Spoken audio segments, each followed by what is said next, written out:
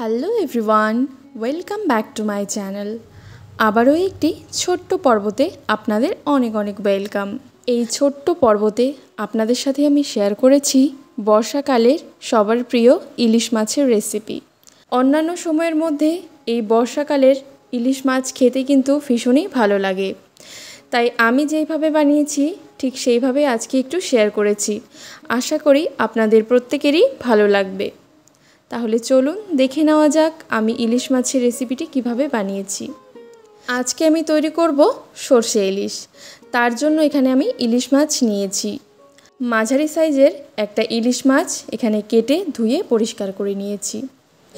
তারপর এতে দিয়ে দিচ্ছি লবণ, দিয়ে দিচ্ছি হলুদ গুঁড়ো, এবার দিয়ে দিচ্ছি 1 চামচ পরিমাণে সরষের তেল। এবার সব কিছুকে ভালো করে এখানে মেখে নিচ্ছি। মাছের গায়ে গায়ে লবণ, হলুদ এবং সরষের তেল ভালো করে এখানে মেখে নিচ্ছি। মেখে নেওয়া হয়ে গেছে। সরষে ইলিশ বানানোর জন্য এখানে একটি মশলা আমি তৈরি করে নিচ্ছি। নিয়েছি কালো সরষে এবং সাদা সরষে। এইখানে পরিমাণ মতো কাঁচা লঙ্কা নিয়েছি। আপনারা চাইলে এখানে পাকা লঙ্কাও ব্যবহার করতে পারেন। এবার জল দিয়ে এটার একটা আমি পেস্ট বানিয়ে নিচ্ছি। এইবার এই পেস্টটির মধ্যে সামান্য একটু করে জল মিশিয়ে নিয়ে এটাকে ভালো করে আমি ছাঁকনি করে নিচ্ছি। এইখানে সর্ষেটাকে ছাঁকনি করে নেওয়ার ফলে ইলিশ মাছের যে গ্রেভিটা আসবে সেটি কিন্তু একদম স্মুথভাবে তৈরি হবে। সর্ষে ভালো করে ছাঁকনি করে এখানে কিন্তু এদিকে আমি এটা রেডি করে রেখেছি। এইবার এইদিকে কড়াইয়ের মধ্যে তেল দিয়ে দিচ্ছি। তেল গরম হয়ে আসলেই এবার এখানে কালো জিরে আমি দিয়ে দিচ্ছি। দিয়ে দিচ্ছি হলুদ গুঁড়ো আর শুকনো লঙ্কার গুঁড়ো। শুকনো লঙ্কার গুঁড়ো আমি এই জন্য ব্যবহার করেছি যাতে কালারটা খুব ভালো আসে। আর অতি অবশ্যই এখানে কিন্তু একদম ফ্লেমটাকে লোতে রেখেই সব কিছু নাড়াচাড়া করতে হবে। তারপর এখানে কিন্তু দিয়েও দিয়েছি 2টো চেরা কাঁচা লঙ্কা। এবার জল দিয়ে এবার সব মশলাগুলোকে ভালো করে একটু কষিয়ে নিচ্ছি। মশলা খুব ভালো করে এখানে কষে গেলেই এবার এক এক করে ইলিশ মাছগুলোকে আমি দিয়ে দিচ্ছি।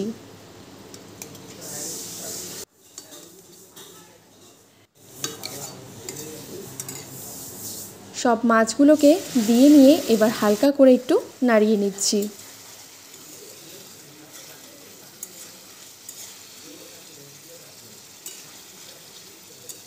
এই পর্যায়ে এবার আমি দিয়ে দিচ্ছি এখানে যে পেস্টটি আমি তৈরি করে রেখেছিলাম সেই পেস্ট।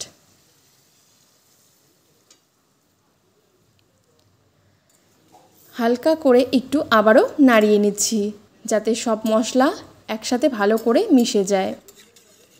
দিয়ে দিচ্ছি এখানে চেরা কাঁচা লঙ্কা আর পরিমাণ মতো লবণ।